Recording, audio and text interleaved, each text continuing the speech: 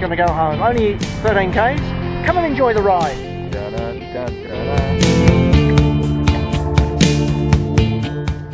In our busy and often hectic schedule, do we ever spare a thought for God?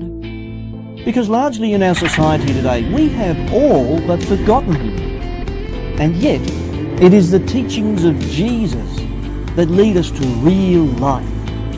His words are true, and He is the one to whom we should really focus our attention.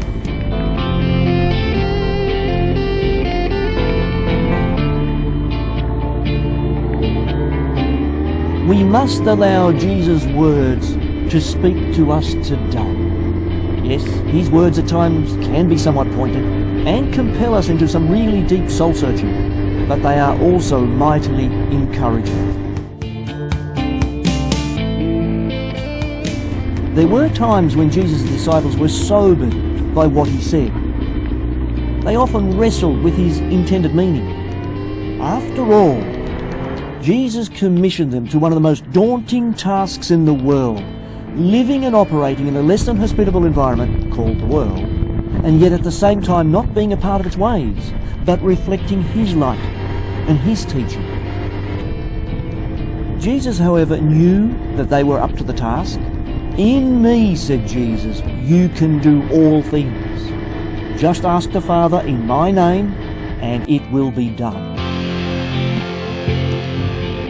I suppose in today's digital age, the complexities of life can be somewhat daunting. We live in an environment where large media empires flavour the news. They control politicians, and they keep us all entertained. We live in a world where abortion is considered a right, where homosexuality the way of liberation, and where political correctness is based on the premise that there is no God. It is in the midst of this climate that we, as modern-day disciples, are called to make a difference, to shine the light, to tell the good news of Jesus and His coming kingdom.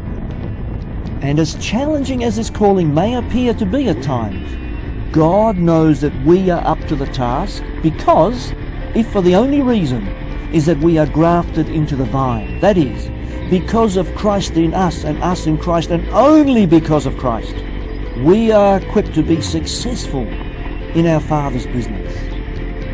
The strengths and successes that we have in this life, including our prayers for comfort, encouragement, healing and empowerment, are dependent solely on God's timing, on His purpose, and His kind and generous will. And being on God's side, if we really think about it, is being on the right side of history.